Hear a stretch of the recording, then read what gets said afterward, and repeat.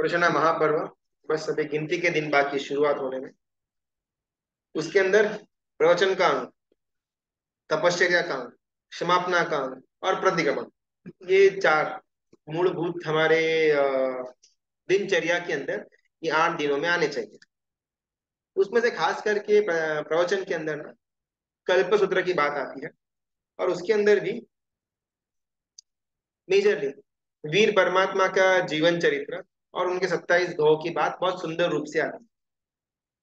उसमें सबसे प्रथम वाला सबसे इंटरेस्टिंग वाला भाव यानी कि मरीचिका भाव, उसको थोड़ा सा डेप्थ में जानने के बाद अपन आगे चलते हैं। आखिरकार पूरा का पूरा कल्प सूत्र हो या पूरा का पूरा प्रतिक्रमण हो या तपश्चर्या, इन सब चीजों का अगर कुछ गोल है, बिकॉज ये सब साधन है, तपश्चर्या भी साधन है, व्याख्यान प्रवचन भी साधन है, और परमात्मा का चरित्र इत्यादि प्रतिक्रमण ये भी साधन है।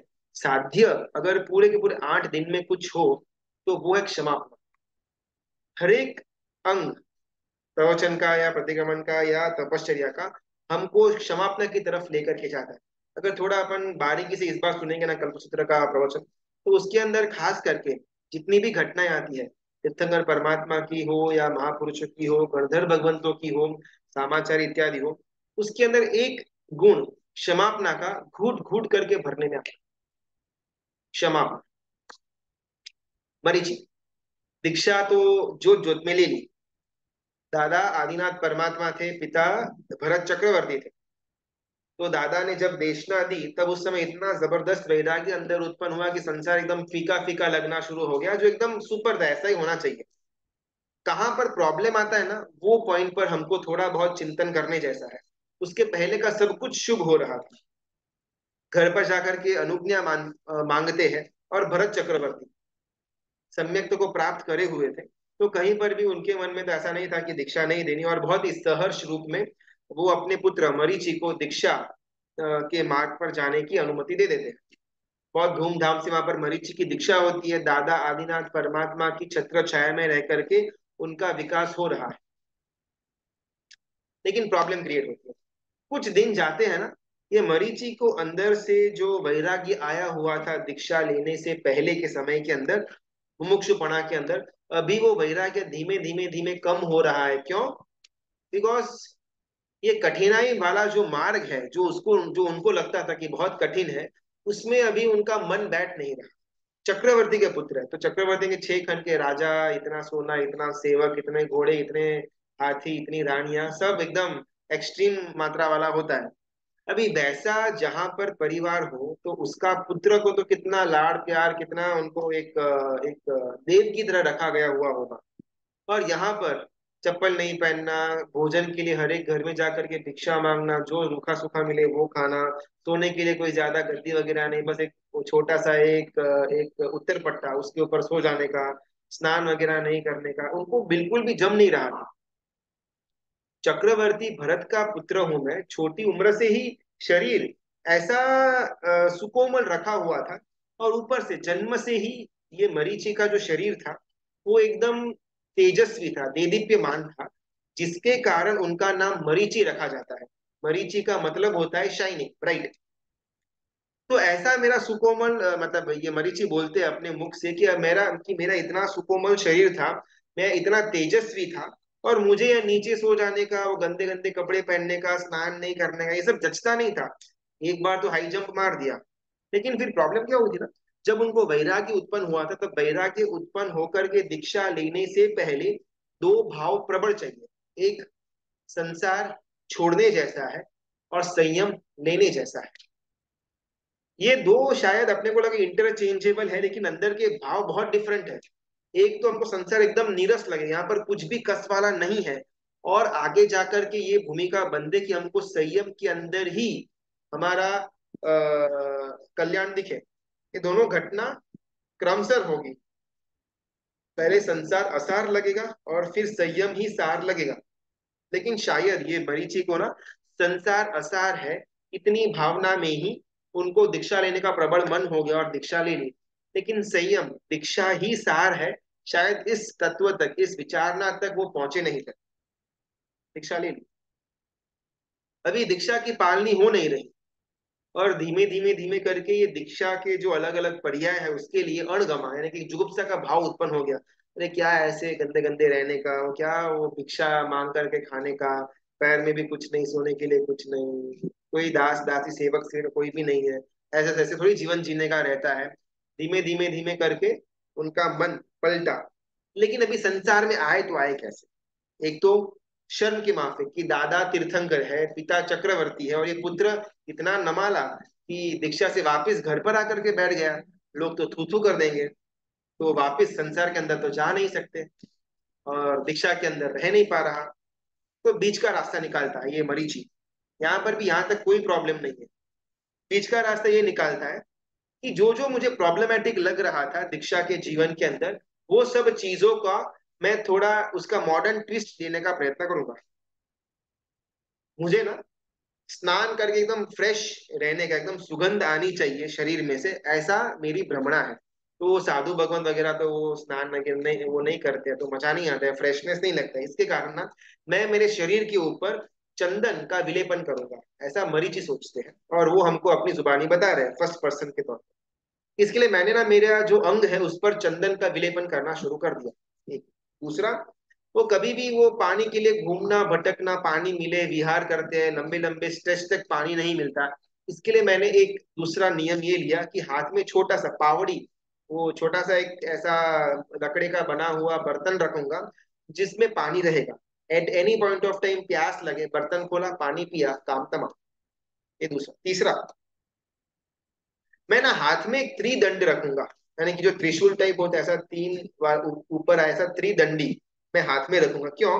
बिकॉज आदिनाथ परमात्मा के अंदर जितने भी गुरु भगवंत, जितने भी संयमधर आत्माएं हैं, उन्होंने अपने मन दंड, वचन दंड और काया दंड के ऊपर संयम प्राप्त किया हुआ है। मेरा यहाँ पर कोई भी कंट्रोल का भाव नहीं है। ये चीज लोगों को मालूम पड़नी चाहिए। कितना सुंदर भाव! लोगों को मालूम तो पड़े एटलीस्ट कि मैं ये फॉलो नहीं कर पा रहा। इसके लिए मैंने ये अपना सिंबल चुना हुआ है त्रिदंड का। चौथा, मैं ना मेरे ऊपर छत्र रखूंगा। क्यों? बिकॉज लोगों को मालूम पड़ना चाहिए कि अभी भी मेरे ऊपर मोह का साम्राज्य, मोह का छत्र मेरे ऊपर छाया हुआ है। मैं मोह के छत्र से छूटा नहीं हूं। इसके प्रतिबिंबित के रूप में, इसका सिंबोलिज्म के रूप में मैं छत्र के साथ अपना जीवन जीऊंगा।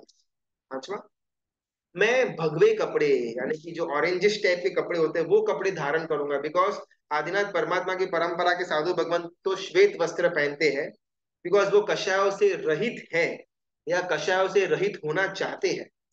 मेरे अंदर ये दो में से एक भी भाव नहीं। न तो मैं कषायों से रहित हूं, न ही मुझे कषायों से रहित होना भी है। इसके लिए रंगीन कपड़े पहनने के द्वारा मैं लोगों को दर्शन करवाना चाहता हूँ कि अभी भी मेरे अंदर रंग और रास पड़ा हुआ है, मैं अभी भी निर्लेप नहीं हुआ। तो ऐसा ना अपना एक छोटा मोटा एडजस्टमेंट कर लेते हैं। न संयम का जीवन, न संसार का जीवन, बीच में किधर अपन स्थिर हो जाते हैं। ब्रह्मचर्य की पालनी करेंगे, घर पे नहीं जाएंगे, वो सब तो चीज रहेगी, उसमें कोई प्रॉब्लम नहीं। जो ये चार पांच पॉइंट्स जो खटकते थे संयम जीवन के अंदर, उसका एक मॉडर्न ट्विस्ट दे करके ये मरीचि अपना त्रिदंडी वेश की शुरुआत वहां से कर देता है, कर देते हैं। इनका पर्याय का नाम आता है इदम तृतीयम। इदम तृतीयम नाम का उनका जो सो कॉल्ड जो उनका दर्शन धर्म है, उसकी शुरुआत वो मरीचि वहां से करते हैं। लेकिन कहीं पर भी मैं नया पंथ शुरू कर रहा हूं ऐसा बिल्कुल भी भावना नहीं थी उनके अंदर ना। प्रवचन देने की शक्ति जबरदस्त थी मरीचि के अंदर। वो कथा का योग या तत्व का योग इतना सुंदर प्रकार से समझा सकते थे कि उनसे आवर्जित होकर के कई सारे लोगों ने दीक्षा ली। जैसे ही किसी के अंदर वैराग्य का भाव जन्मता था, मरीचि ने एक नियम लिया हुआ था कि मेरे अंदर मैं कोई भी शिष्य नहीं करूंगा, जितने भी लोग वैराग्य को जन्माएंगे उनको मैं आदिनाथ परमात्मा के पास भेज दूंगा। कि अगर आपको वैराग्य हुआ है, दीक्षा लेनी है, तो आपको आदिनाथ परमात्मा के पास ही जाना पड़ेगा। मैं उचित इंसान नहीं। यहाँ तक सब कुछ टिक मार्क है, कहीं पर कोई प्रॉब्लम नहीं है। लेकिन प्रॉब्लम आता है एक दिन। ये मरीचि जो काफी लंबे, कई सारे लाखों के लाखों साल निकल गए, बिकॉज इनका आयुष्य तो करोड़ों 84 लाख पूर्व में आता था। तो 84 लाख इंटू 84 लाख इंटू 84 लाख, जितना फिगर होता है उतना आयुष्य आदिनाथ परमात्मा का था, तो उस समय बाकी लोगों का भी आसपास में हो सकता है, तो काफी लंबा आयुष्य। तो काफी सारे लाखों साल जाने के बाद ये एक दिन मरीचि बीमार पड़ते हैं। अब तक मालूम नहीं कितने ही लोगों को उन्होंने वैराग्य से वासित कर दिया हुआ होगा, कितने ही लोगों को आदिनाथ परमात्मा के पास भेज दिया हुआ होगा दीक्षा लेने के लिए, और वो सारे के सारे भव्य जी सुंदर प्रकार से आराधना भी करते होंगे। अभी तक मरीचि के मन में कोई भी प्रॉब्लम उत्पन्न नहीं हुआ था, और उनकी जीवन कथा के अंदर भी अभी तक सब कुछ सही चल रहा था। संयम से बाहर आ गए वो गलत था, लेकिन फिर भी मन के अंदर पक्षपात सही का था कि मैं जो कर रहा हूँ वो गलत हूँ, सही रास्ता तो आदिनाथ परमात्मा ही करवा रहे हैं। ये मन के अंदर एकदम प्रॉपरली फिक्स हुआ था, जिसके कारण अभी तक कोई मेजर प्रॉब्लम उत्पन्न नहीं हुआ था। एक दिन रोग होता है, इनको कुछ बुखार या ऐसा कुछ हो जाता है, और वो लेटे हुए हैं, अपना जो कुटीर ऐसा कुछ स्थान झोपड़ी ऐसा कुछ रहेगा। फिर एकदम से प्यास लगी, साथ में कोई भी शिष्य नहीं था पानी देने के लिए। इस समय यहाँ पर सबसे पहली मिस्टेक मरीचि करते हैं। उनके मन के अंदर ऐसा विचार आता है कि मैंने इतने सारे लाखों वर्षों के अंदर कितने सारे भव्य जीवों को परमात्मा के पास भेजा, कितने भव्य जीवों को उनके पास दीक्षा लेने के लिए मैं कारण बना, और आज उसमें से एक भी जन मेरे पास सेवा करने के लिए तक नहीं आया। आखिरकार परमात्मा है, केवल ज्ञान तो उनके पास है, चलो वो शायद उपयोग न रखे, लेकिन उसके बाद कई सारे शिष्यों को भी केवल ज्ञान हुआ होगा।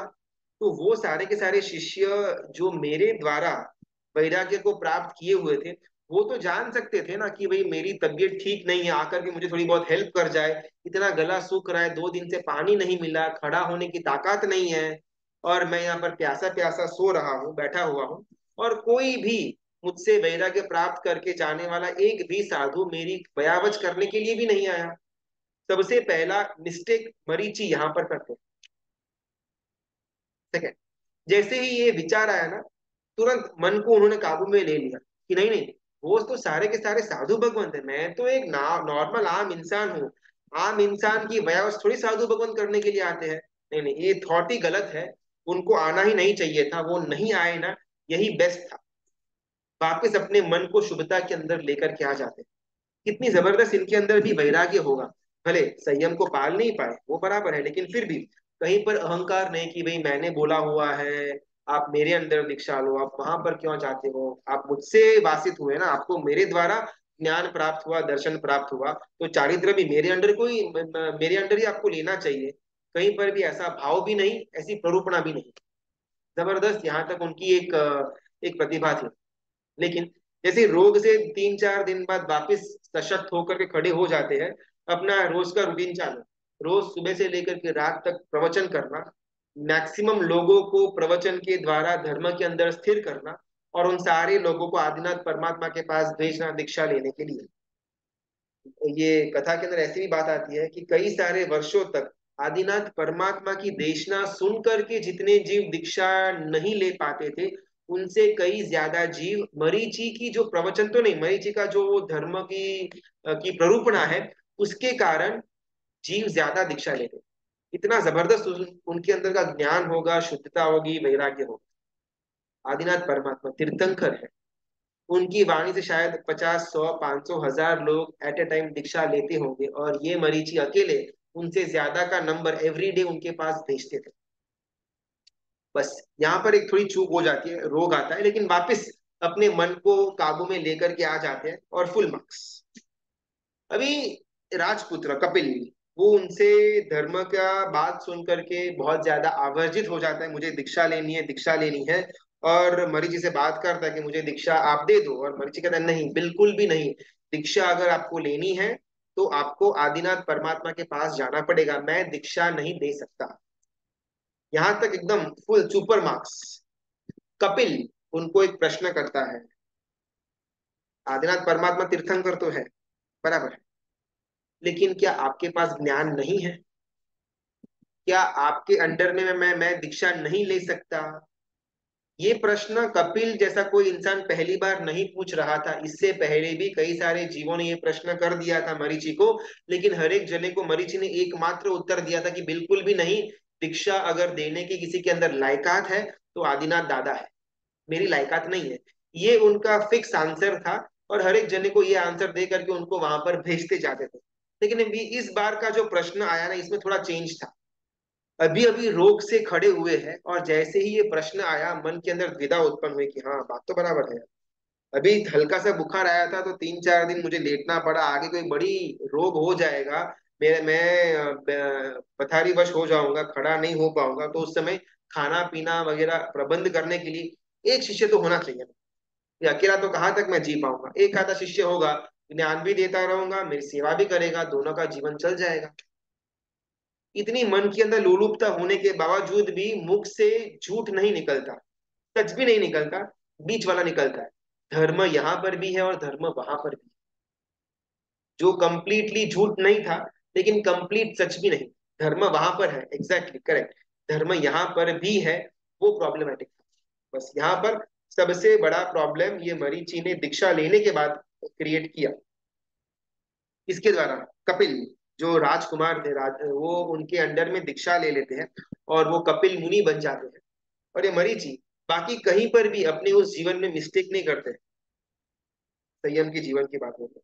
और कुछ समय के बाद वो भरत चक्रवर्ती आते हैं, उनको प्रदक्षिणा देते हैं, बोलते हैं कि मैं आपके वेश को, जो आप ये टाइम पास वाला वेश ग्रहण किए हुए हो, ये भगवे कपड़े, ये चोटी, ये छत्र वगैरह, इसको मैं वंदन नहीं कर रहा, लेकिन आपके अंदर रहा हुआ 24 में तीर्थंकर परमात्मा का जो जीव है, उसको मैं वंदन कर रहा हूँ। ऐसा भरत चक्रवर्ती बोलते हैं।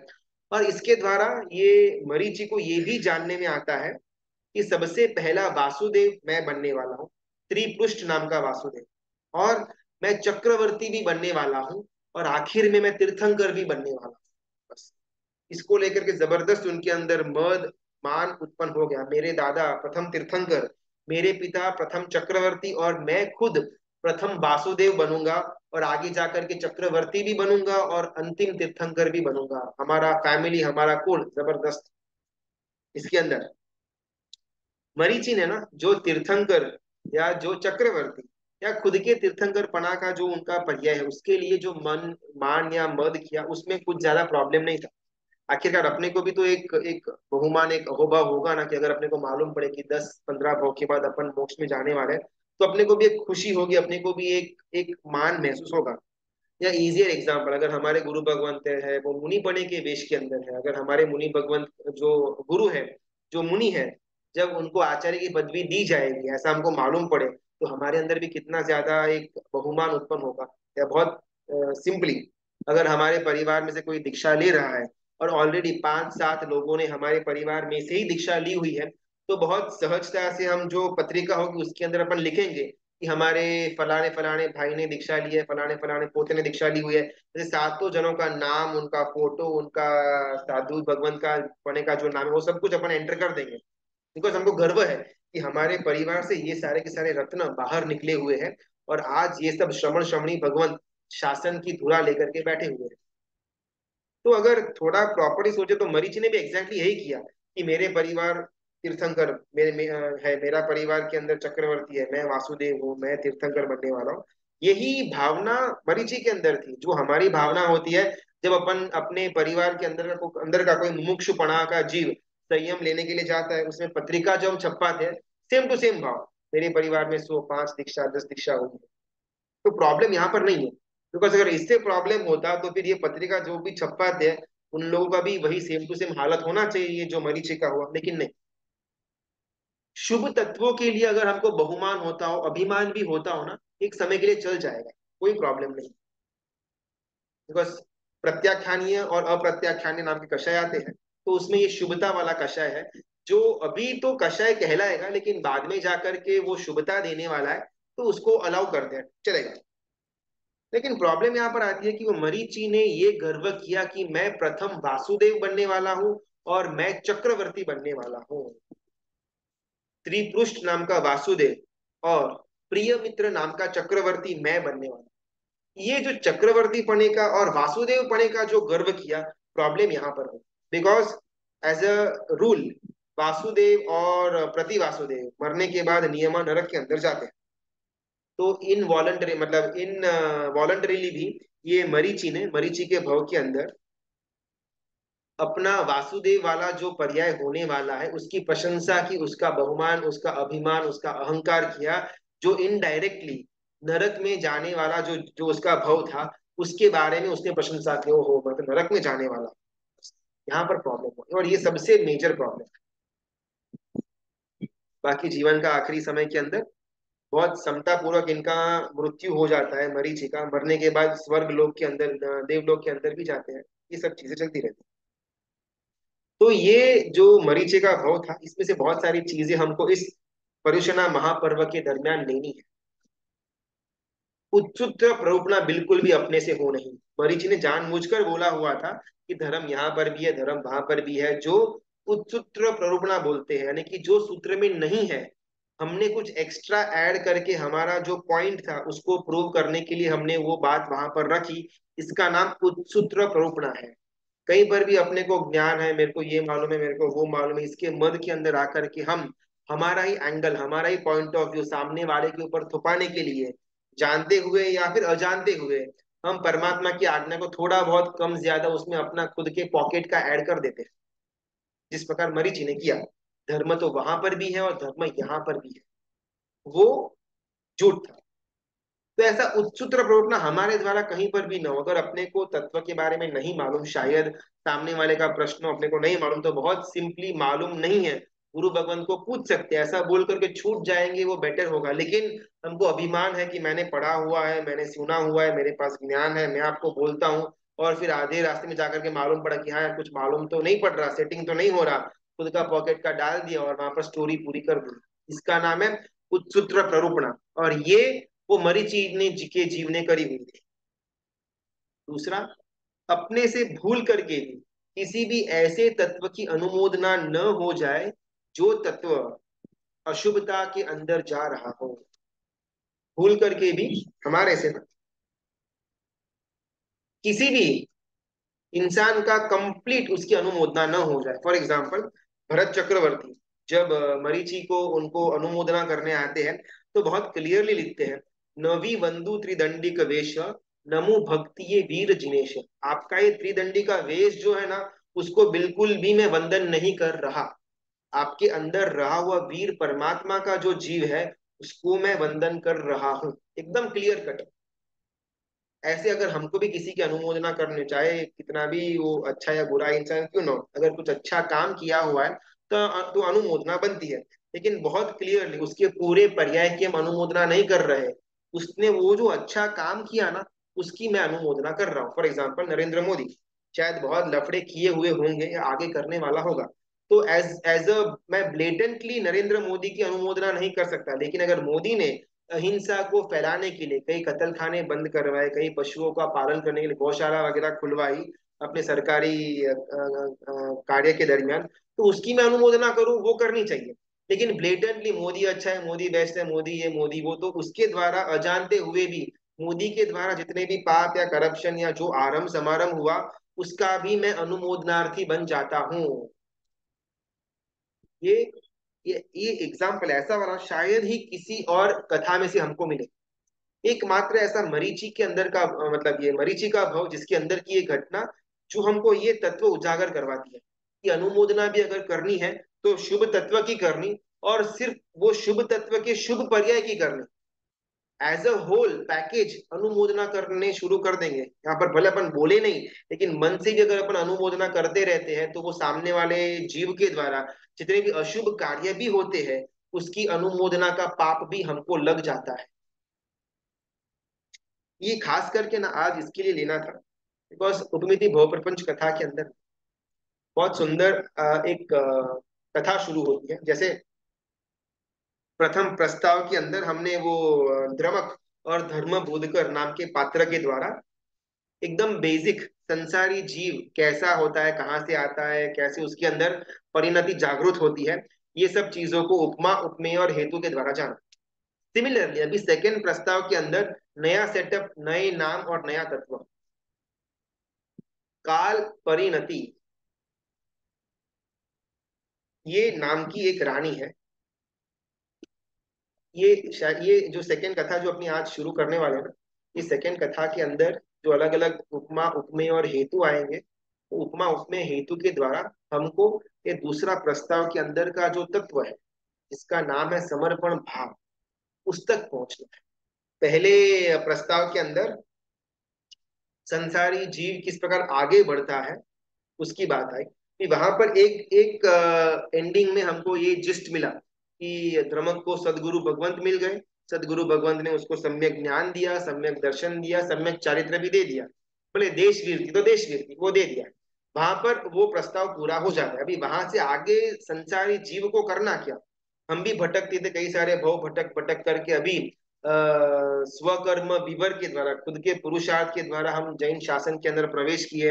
हमको भी धर्म बोध करके जैसे कोई एक सदगुरु भगवंत मिल गए, उन्होंने अपने को सम्यक ज्ञान दिया, उन्होंने अपने को सम्यक दर्शन दिया, और कुछ अंश के अंदर सम्यक चारित्र देश वीरति के माध्यम से भी उन्होंने हमको दिया। अभी नेक्स्ट स्टेप क्या।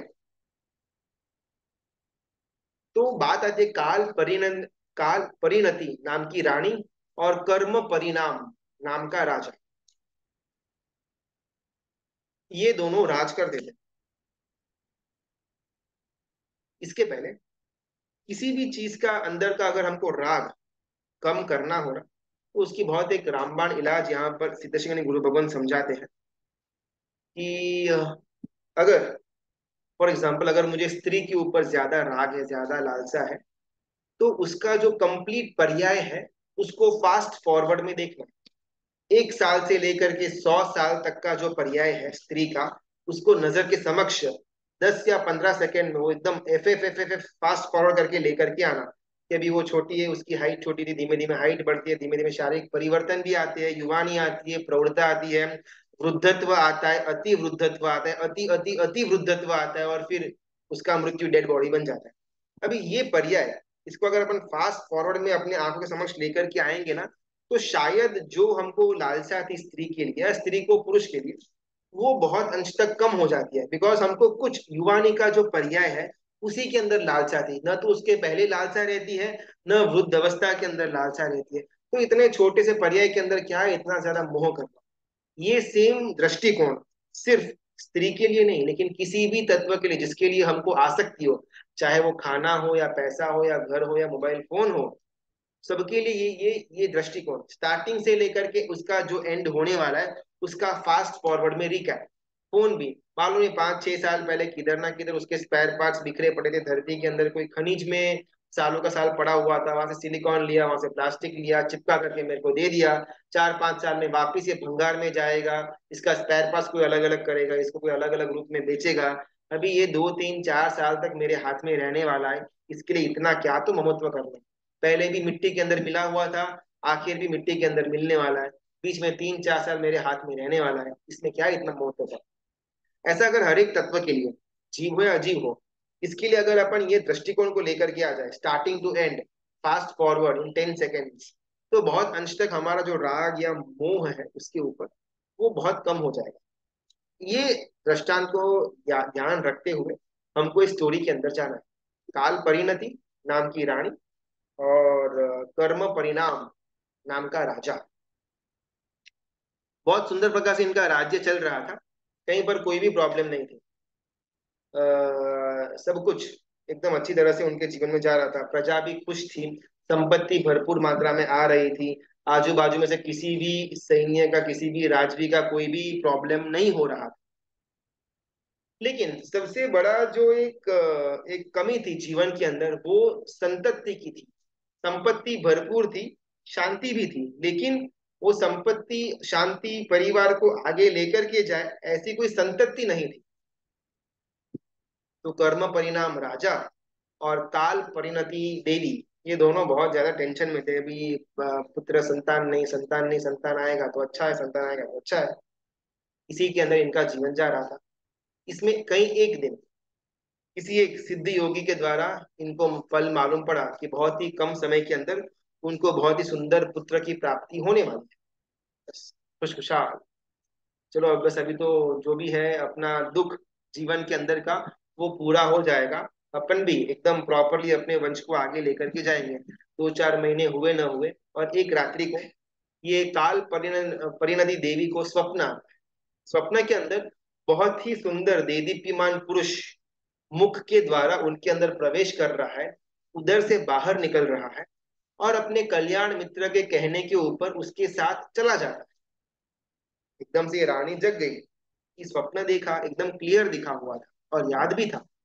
तो क्या फल हो सकता है, क्या फल हो सकता है? वैसे भी वो सिद्ध योगी ने बोला हुआ था बहुत ही कम समय के अंदर संतान की प्राप्ति होने वाली है, तो शायद ये उसी का तो कोई सिंबल नहीं है ना, सिग्नल नहीं है ना।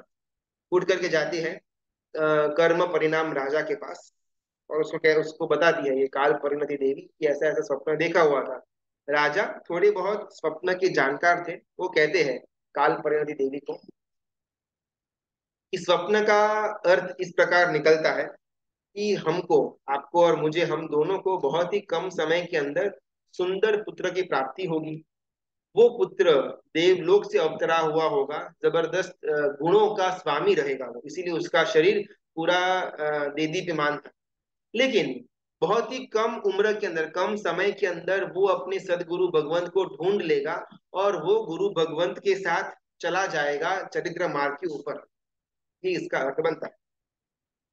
रानी को दुख तो हुआ, लेकिन फिर अभी तो कुछ भी नहीं है, अभी तो एक भी पुत्र नहीं है, इससे तो अच्छा कि पुत्र आ जाए, फिर बाद में अपने उसको स्नेह के अंदर, मोह के अंदर फंसा करके रखेंगे, फिर बाकी का बाद में देखते हैं। हमारा भी ना संसार के अंदर ऐसे वैसे ही होता है कि अभी ये एक प्रॉब्लम सॉल्व हो जाए ना, बस ठीक है। लेकिन ये प्रॉब्लम का जो सॉल्यूशन है वो उसके पीछे और चार नए प्रॉब्लम्स को लेकर के आएगा, ये हमको दिखता नहीं। पुत्र नहीं था तब तक पुत्र न होने का दुख, ये पुत्र मिलेगा उसके साथ राग का संबंध होगा, एक प्रेम का संबंध बंध जाएगा। फिर जब उसको दीक्षा के मार्ग पर जाने का मन होगा, उस समय ये कर्म परिणाम राजा और काल परिणति देवी के ऊपर जबरदस्त व्यथा उत्पन्न होगी। लेकिन उसका अभी कोई अंदेशा नहीं है, बिकॉज अभी तो बस पुत्र चाहिए, पुत्र चाहिए, पुत्र चाहिए, पुत्र चाहिए, इसी की माला जप रहे हैं और पुत्र मिल रहा है ना, बाद की बाद में देखेंगे। तो कर्म सत्ता भी जो है वो हमको सुख भी देती है इसी के लिए कि वो सुख आगे जाकर के दुख ज्यादा दे पाए। पैसा है तो दुख होगा, घर है तो दुख होगा, शरीर है तो दुख होगा, परिवार है तो दुख होगा, नाम है तो बदनाम होने का दुख होगा। और हम हमारा पूरा का पूरा जीवन यही छह सात चीजों के पीछे निकाल देते हैं, या तो पैसे कमाने के लिए, या फिर परिवार बढ़ाने के लिए, नाम बढ़ाने के लिए, संपत्ति बढ़ाने के लिए, बस। लेकिन ये बढ़ाने के द्वारा, इसको अति ज्यादा मात्रा में प्राप्त करने के द्वारा आगे दुख बढ़ने वाले हैं, ये हमको एहसास भी नहीं होता। चलो शायद संयम ले ना पाए, संसार के अंदर रहना है, लेकिन पागलपन की तरह ये पांच छह चीजों के पीछे ही हमारा जीवन पूरा का पूरा निकल जाता है। कर्म परिणाम राजा और काल परिणति देवी। एक एक महीना हुआ, 2 महीना हुआ, 3 महीना, 4 महीना, 8 महीना, 9 महीना और कुछ दिन हुए, और ये काल परिणति देवी ने बहुत ही सुंदर पुत्र रत्न को जन्म दिया। कि जैसे ही पुत्र रत्न को जन्म दिया, ये माता और पिता ने सोचा कि ये ना भव्य जीव है, बिकॉज स्वप्न के अंदर मालूम पड़ा कि देवलोक से आया हुआ है और बहुत ही देदीप्यमान इसका शरीर है, तो 100% ये भव्य जीव ही रहेगा। तो हम इसका नाम ही भव्य जीव रख देते हैं, बेस्ट हो जाएगा। माता पिता दोनों को नाम पसंद आ गया और ये पुत्र का नाम भव्य जीव ऐसा रख देते। ये भव्य पुरुष, भव्य जीव ऐसा नाम रख देते। लेकिन जैसे जैसे यहाँ पर ये पुत्र पैदा हुआ, उसके कुछ समय पहले से ही माता और पिता दोनों के मन के अंदर जीवों को अभयदान देना, हमारी पड़ह बजाना, उसका जबरदस्त एक भाव प्रकट हुआ था जो पहले कभी नहीं हुआ था। लेकिन पुत्र की कुक्षी में आने के बाद ही माता को ये दुविधा उत्पन्न हो गया कि मैं पूरे राज्य के अंदर हमारी का प्रवर्तन करवाऊं, अभय दान दूं हर एक जीवों को। किसी भी जीव को किसी भी प्रकार का भय नहीं होना चाहिए, सिर्फ छोटे मोटे तिर्यंश के जीव नहीं। लेकिन यहाँ तक वो अपने राज्य के अंदर घोषणा कर देते हैं कि किसी भी व्यक्ति को किसी भी प्रकार का कर किसी भी लेने में आएगा नहीं। कहीं पर भी अगर कोई कर्ज लेकर के बैठा हुआ हो कोई व्यक्ति, तो उसका कर्ज राजा खुद चुकाएगा। सिर्फ तिर्यंच प्राणियों को भय मुक्त करवाना इसका नाम अभयदान नहीं, लेकिन पंचेंद्रिय ऐसे मनुष्यों को भी अंदर अगर कोई भय हो, उनको वो भय से मुक्त करवाना, इसका नाम भी अभयदान है। ये राजा और रानी कंप्लीटली A to Z जितने भी इनके राज्य के अंदर जीव है, छोटे बड़े पशु हो या मानव हो, सबको अभयदान देते हैं, खुले हाथ से अपना जो राज्य कोष था उसकी संपत्ति डिस्ट्रीब्यूशन कर देते हैं। पुत्र जन्म हुआ, भव्य जीव नाम तो रखा, लेकिन कुछ दिन के बाद इनको एहसास हुआ कि ये पुत्र के आने के बाद ना हमारे अंदर बहुत सारे अच्छे अच्छे चेंजेस हमने देखे।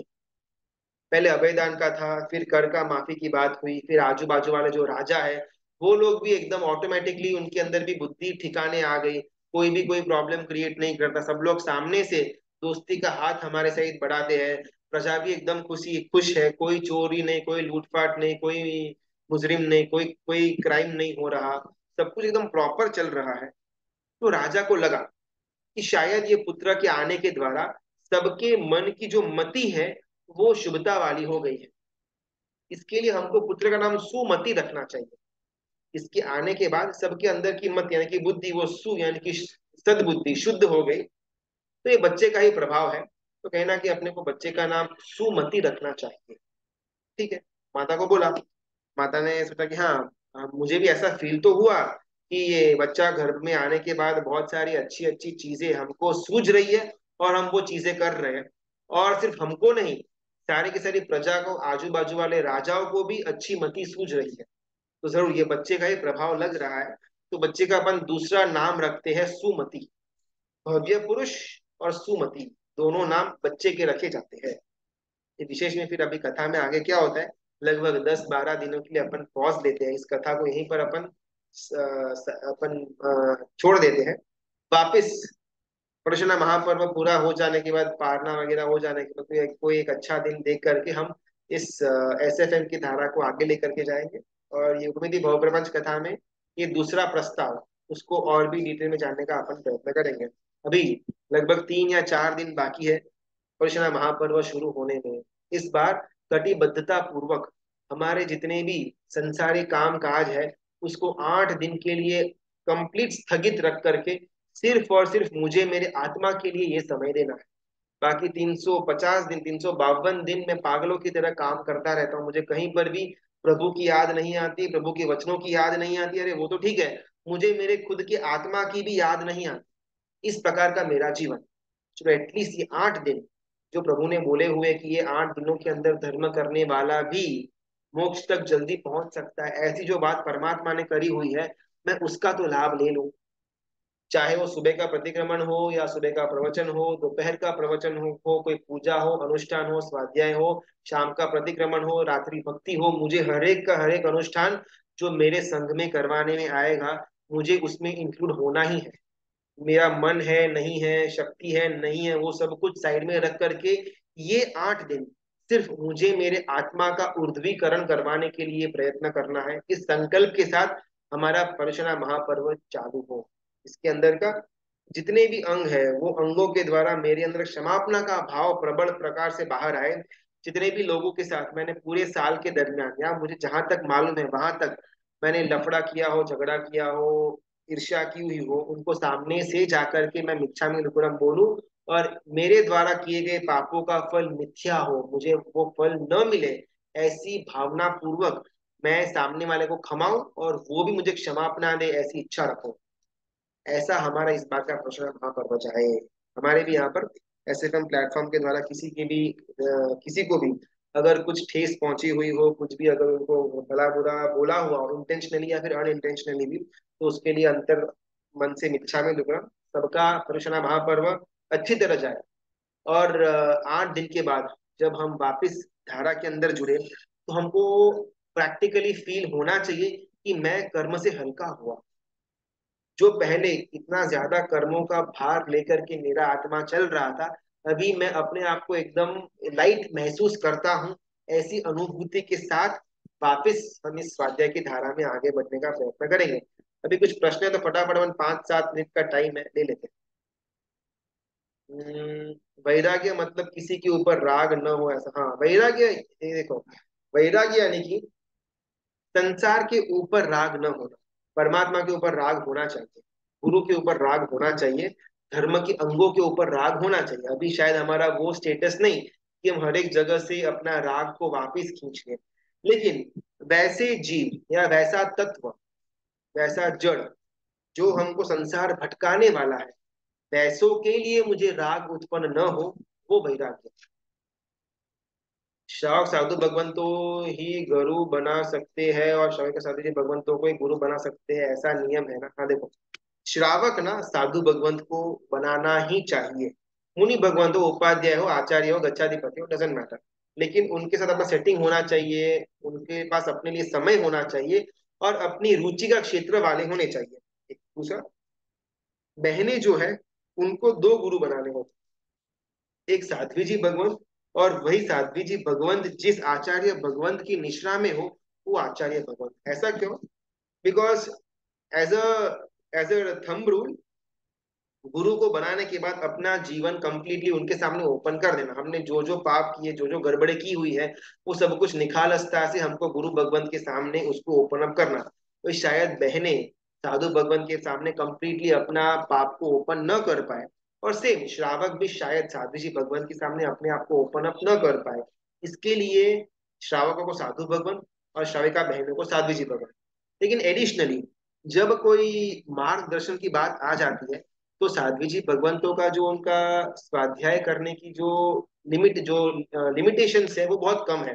बहुत ही चुनिंदे ग्रंथ का ही स्वाध्याय साध्वी जी भगवंत कर पाते हैं। तो जब हमको जीवन के अंदर, संसारिक जीवन के अंदर भी किसी विशेष प्रकार की गाइडेंस चाहिए, या कोई पश्चाताप या ऐसा कोई पाप का हमको ये आलोचना करनी है, तो उस समय आचार्य भगवंत या कोई कोई साधु भगवंत का हाथ हमारे ऊपर हो, तो वो इजी बन जाए। तो थोड़ा बहुत लॉजिस्टिकली भी इजी हो, इसके लिए जिस साध्वी जी भगवंत को श्राविका बहन ने गुरु माना हुआ है, उन्हीं के समुदाय के कोई ना कोई मुनि भगवंत या आचार्य भगवंत को उनको गुरु मानना होता है। कल्पसूत्र के प्रवचन यूट्यूब पे आते हैं तो लिंक कहाँ से मिलेगी? वो तो आपको यूट्यूब पर सर्च करना पड़ेगा, वो अपन यहाँ से तो अपन दे नहीं पाए। बहुत बहुत धन्यवाद, अनुमोदना। जितने भी लोग जुड़े हुए हैं पूरे साल के दरमियान, उनकी आराधना निर्विघ्न पूर्ण हो, और वापस एक शुभता के साथ हम इस स्वाध्याय की धारा में आगे बढ़े, ऐसी हमारी इच्छा। सबका बहुत बहुत धन्यवाद, अनुमोदना। परमात्मा की आज्ञा विरुद्ध कुछ भी बोला हुआ हो तो मिच्छामि दुक्कडम।